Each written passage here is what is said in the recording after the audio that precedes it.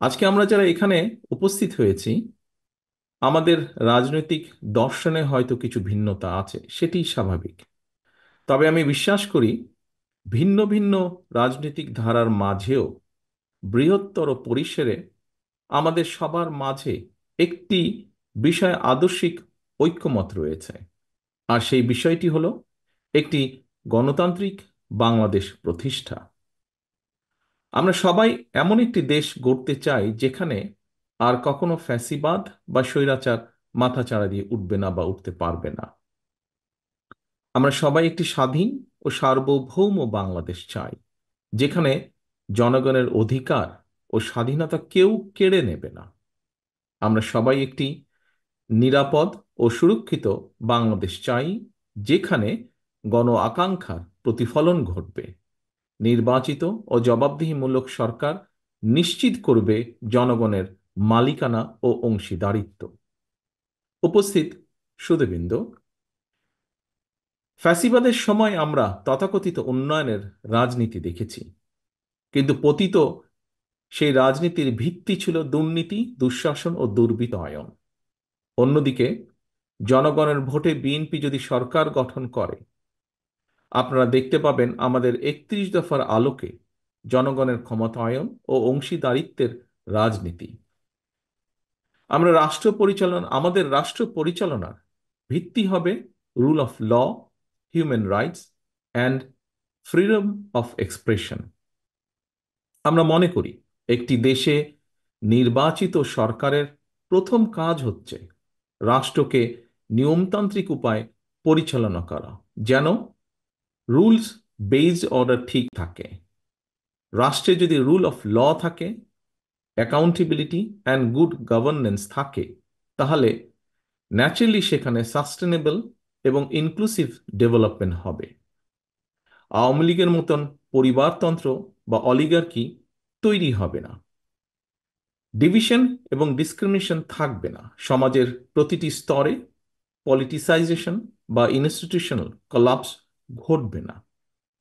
আমরা যদি একটি রুল বেসড রাষ্ট্র কাঠামো নিয়ে আসতে পারি, সারা পৃথিবী থেকে প্রাইভেট ইনভেস্টমেন্ট এবং প্রাইভেট ক্যাপিটাল নিজ গতিতেই বাংলাদেশে আসবে। আমাদের পাবলিক সেক্টরের সাথে কাঁধে কাঁধ মিলিয়ে কাজ করবে, যা দেশের উন্নয়ন ও উৎপাদনে ভূমিকা রাখবে। প্রিয় উপস্থিতিবৃন্দ, আমরা নিশ্চিত করতে চাই, সর্বোচ্চ চেষ্টা থাকবে আমাদের, আগামীর বাংলাদেশে আর কোনো ব্যক্তি, এমনকি প্রধানমন্ত্রীও স্বৈরাচারী হয়ে ক্ষমতার অপব্যবহার যেন করতে না পারে বা পারবে না। রাষ্ট্রের সর্বোচ্চ পর্যায় থেকে শুরু করে সরকারের প্রতিটি লেভেলে চেষ্টা করা হবে নিশ্চিত করতে কেউ জবাবদিহিতার ঊর্ধ্বে নয়, কেউ আইনের ঊর্ধ্বে নয়। বিএনপি রাষ্ট্র পরিচালনার দায়িত্ব পেলে আমরা দলমত নির্বিশেষে প্রতিটি নাগরিকের মত প্রকাশের স্বাধীনতা নিশ্চিত করতে চাই। ঠিক যেভাবে আজ থেকে 2 দশক আগে বিএনপি সরকারের সময় বাংলাদেশে মিডিয়া নির্ভয়ে সরকারের সমালোচনা করতে পারত, কার্টুন আঁকতে পারত। আপনাদের অনেকেরই নিশ্চয়ই মনে আছে, তৎকালীন প্রধানমন্ত্রী বেগম খালেদা জিয়া এবং আমাকে নিয়ে মিডিয়ার একাংশ ভিত্তিহীন সংবাদ পরিবেশন করেছিল, media trial and propaganda campaign করেছিল। কিন্তু আমরা তার প্রতিদানে কোনো মিডিয়ার কণ্ঠরোধ করিনি, কিংবা কাউকে হেনস্থা করার চেষ্টাও করিনি। আমরা চেষ্টা করিনি কোনো সম্পাদককে জেলে পাঠানোর। গত 16 বছরে আমার নিজের, আমার দলের এবং গণতন্ত্রের পক্ষে শক্তি তথা আপনাদের অনেকের freedom of speech, freedom of expression and freedom of association সম্পূর্ণভাবে হরণ করা হয়েছিল। সে উপলব্ধিকে ধারণ করে আমরা all citizens including human rights activist, social influencers and জার্নালিস্টদের মতামত প্রকাশের স্বাধীনতা নিশ্চিত করার সর্বোচ্চ চেষ্টা করব ইনশাল্লাহ। আমাদের লক্ষ্য এমন একটি রাষ্ট্র কাঠামো গড়ে তোলা, যেখানে ইউটিউব, ফেসবুক এবং আদার অনলাইন প্ল্যাটফর্মে নিজেদের ভাবনা প্রকাশের কারণে কিংবা প্রধানমন্ত্রী সহ গুরুত্বপূর্ণ ব্যক্তিদের বিষয় মন্তব্যের দায়ে কাউকে যেন হেনস্থা করা না হয়। সত্য গোপন করতে main stream and social media যেন বাধ্য না থাকে, তেমনি মিথ্যা তথ্য দিয়ে সেটি প্রচারেও সরকার কাউকে চাপ দেবে না। তবে প্রিয় উপস্থিতবৃন্দ, দেশ গঠনের দায়িত্ব সবার, এবং আমরা মিডিয়ার নিউট্রাল এবং অবজেক্টিভ রোল প্রত্যাশা করি। Extrajudicial killing, enforced disappearance, excessive use of force, politically motivated trial, mass arrest without warrant, and gross human rights violationের যে ভয়ের সংস্কৃতি গত 16 বছরে গড়ে উঠেছিল, জনগণের ভোটে নির্বাচিত বিএনপি সরকারের সর্বোচ্চ চেষ্টা থাকবে সেটি নির্মূল করার জন্য। ইউনিভার্সাল ডিক্লারেশন অফ হিউম্যান রাইটসের অনুসারে আমরা নিশ্চিত করার চেষ্টা করব প্রতিটি নাগরিকের মানবিক ও মৌলিক স্বাধীনতা। উপস্থিত সম্মানিত সুধীবৃন্দ, ক্ষমতার পরিবর্তন মানে কেবল একটি দল থেকে অন্য দলের কাছে রাষ্ট্রের ক্ষমতা হস্তান্তর নয়, বরং ক্ষমতার পালাবদলে এমন একটি রাজনৈতিক সংস্কৃতির সূচনা হওয়া উচিত যেখানে সমাজের পরিবর্তিত অবস্থা ও জনগণের আকাঙ্ক্ষার প্রতিফলন থাকবে বা দেখা যাবে। ফ্যাসিবাদের পতনের পর গত 3 মাসে বিএনপির জাতীয় নেতৃবৃন্দ এমন অনেক উদ্যোগ গ্রহণ করেছেন যাতে রাজনীতিতে আধুনিকায়নের উন্মেষ ঘটে। সেই সব উদ্যোগকে তারুণ্যের উদ্দীপনায় দেশ জুড়ে প্রতিপালন করেছে বিএনপির তৃণমূল। ফলে আপনারা দেখেছেন অতীতের মতোই কিভাবে বিএনপির নেতাকর্মীরা বন্যার সময় সর্বোচ্চ সাংগঠনিক শক্তি ও সাহায্য নিয়ে জনগণের পাশে দাঁড়িয়েছে, গণ অভ্যুত্থানে শহীদ ও আহত পরিবারগুলোকে আন্তরিক সহায়তা প্রদানের চেষ্টা করেছে, জনদুর্ভোগ এড়াতে মোটরসাইকেল বহর বা শোভাযাত্রা থেকে নিজেদের বিরত রেখেছে বা রাখার চেষ্টা করছে, পলিটিক্যাল প্রোগ্রাম শেষে অত্র স্থান ক্লিন এবং টাইডি রাখার চেষ্টা করছে, নগরের দেওয়াল থেকে ব্যানার এবং পোস্টারগুলো অপসারণ করছে বা করার চেষ্টা করছে, ত্বরান্বিত করার চেষ্টা করছে জনসম্পৃক্ত এবং সমাজ বান্ধব রাজনীতিকে। আপনাদের নিশ্চয়ই মনে আছে শেখ হাসিনার 16 বছরের শাসনামলে আওয়ামী লীগের নেতাকর্মীরা সীমাহীন খুন, হামলা, ধর্ষণ ও চাঁদাবাজির মতন অপরাধে জড়িয়ে পড়লেও দলীয়ভাবে তাদের শাস্তি দেবার কোনো ইতিহাস নেই বললেই চলে। সাম্প্রতিক ঘটনাবলী থেকে দেখা যায় 1,500-এরও অধিক গণতান্ত্রিক মানুষকে গণ অভ্যুত্থানে হত্যা করার পরেও আওয়ামী লীগের কোনো নেতার কোনো অনুতাপ, অনুশোচনা বা আত্মসমালোচনার নজির নেই। অপরদিকে আমরা সবাই জানি বিএনপির 60 লক্ষ নেতাকর্মীর বিরুদ্ধে মিথ্যা মামলা রয়েছে, সেই সময় দেওয়া হয়েছে। তারপরেও এত বিশাল সংগঠনের নাম ব্যবহার করে কেউ বিচ্ছিন্নভাবে কোনো অপরাধে জড়িত হলে তা জানা মাত্রই আমরা দ্রুত সাংগঠনিক ব্যবস্থা গ্রহণ করেছি। 5ই আগস্টের পরে দেশে ল অ্যান্ড অর্ডার সিচুয়েশন ভেঙে পড়েছিল, ছিল পুলিশের অনুপস্থিতি।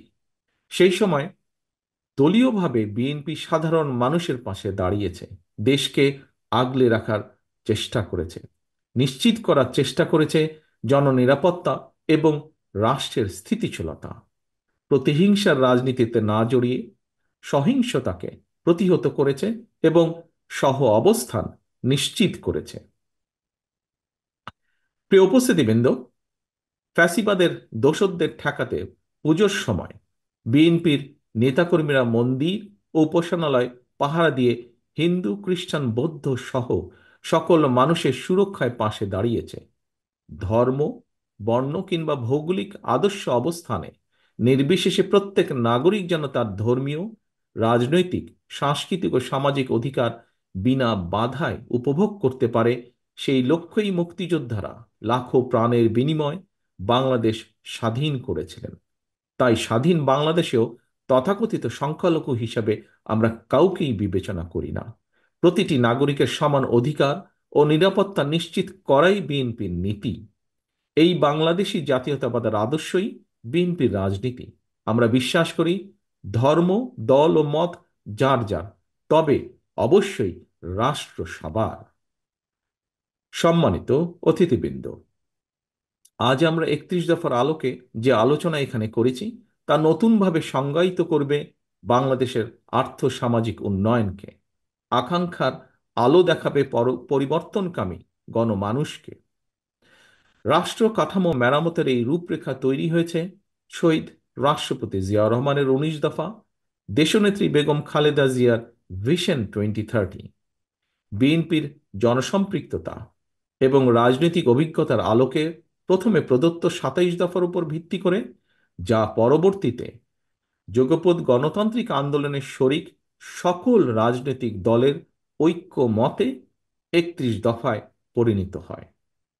বর্তমানে দেশে আলোচিত প্রায় সব সংস্কার প্রস্তাবই আমাদের এই 31 দফায় অন্তর্ভুক্ত রয়েছে। তবে আমি সংস্কারের উদ্দেশ্যে বলতে সেটিই বুঝি যে সংস্কারের মাধ্যমে সংবিধানের কয়েকটি বাক্যের পরিবর্তন নয় শুধুমাত্র, বরং মানুষের ভাগ্যের পরিবর্তন হবে। অর্থাৎ একজন মানুষের রোজগারের ব্যবস্থা হবে, তার ও তার পরিবারের আর্থ সামাজিক নিরাপত্তা ও সঞ্চয় নিশ্চিত হবে। আমি সংস্কার বলতে সেটিই বুঝি যা কর্মসংস্থানের মাধ্যমে প্রতিটি নারী ও পুরুষের বেকারত্বের সমস্যার সমাধান করবে। যে সংস্কার নারীদের সম্মান, স্বাধীনতা ও ক্ষমতায়ন নিশ্চিত করবে। যে সংস্কার সকল মানুষের জীবনের সুরক্ষা নিশ্চিত করবে। যে সংস্কার দেশের সন্তানদের আধুনিক শিক্ষা ও নৈতিক মূল্যবোধ গঠন করবে। যে সংস্কার মানুষকে কাঙ্ক্ষিত স্বাস্থ্য সেবা দেবে। যে সংস্কার বাজারে নিত্য প্রয়োজনীয় দ্রব্যের দাম স্থিতিশীল রাখবে। আমি সংস্কার বলতে সেটিই বুঝি যা কৃষক, শ্রমিক সহ সকল কর্মজীবী মেহনতি মানুষের ন্যায্য ও প্রাপ্য মজুরি নিশ্চিত করবে। প্রিয় উপস্থিতিবৃন্দ, বাংলাদেশে স্বৈরাচারী ব্যবস্থা যেন আর পুনরাবৃত্তি না ঘটে সেটি নিশ্চিত করতে বিএনপি সংবিধানে এমন ব্যবস্থা রাখতে চায় যাতে কেউ পরপর দুবারের বেশি প্রধানমন্ত্রী হতে না পারে। আমরা আইন, বিচার ও নির্বাহী বিভাগের মধ্যে ক্ষমতার ভারসাম্য রাখতে চাই। রাষ্ট্র পরিচালনায় সমাজের জ্ঞানী গুণীদের প্রতিনিধিত্ব এবং অংশগ্রহণ নিশ্চিত করতে দ্বিকক্ষ বা বাইক্যামেরাল পার্লামেন্ট সিস্টেম প্রবর্তন করতে চাই।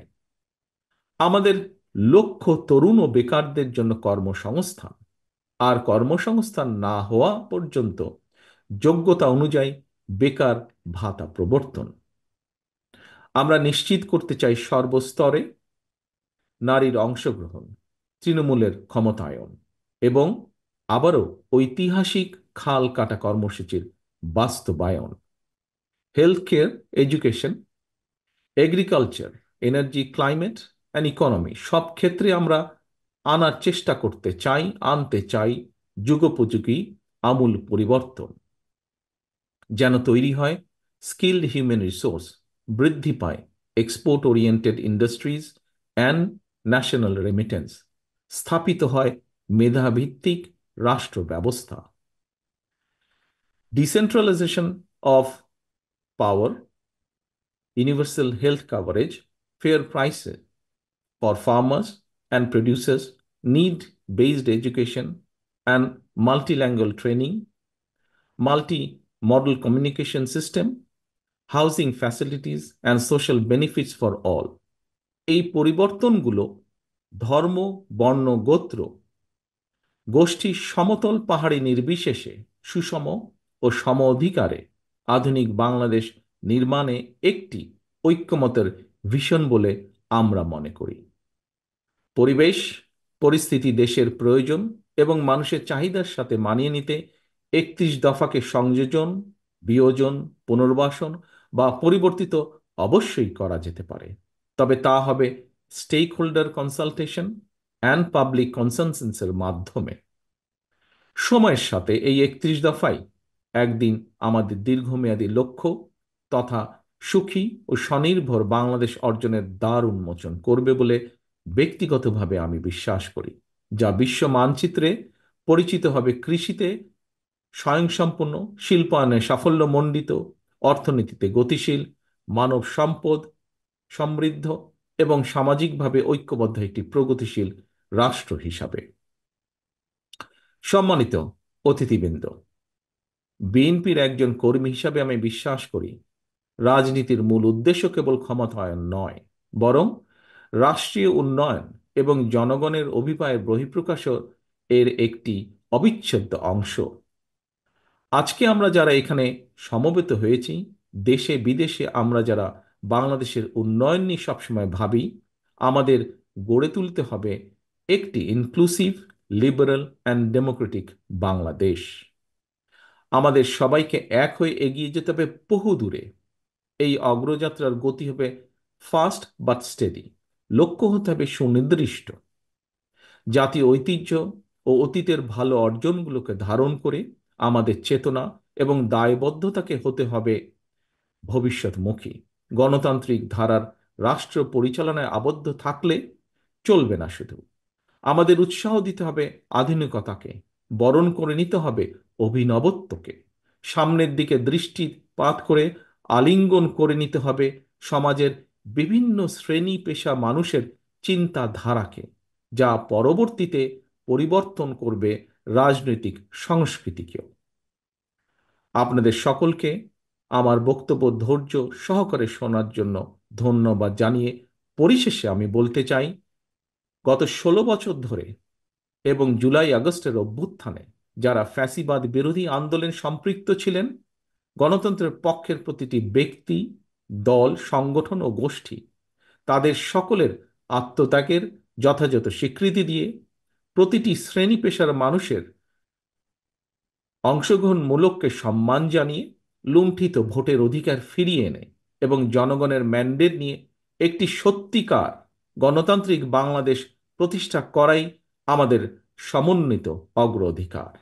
আপনাদের সকলের সুস্থতা কামনা করে আমার বক্তব্য শেষ করছি। আল্লাহ হাফেজ। বাংলাদেশ জিন্দাবাদ। বাংলাদেশ জাতীয়তাবাদী দল জিন্দাবাদ। Thank you, Honorable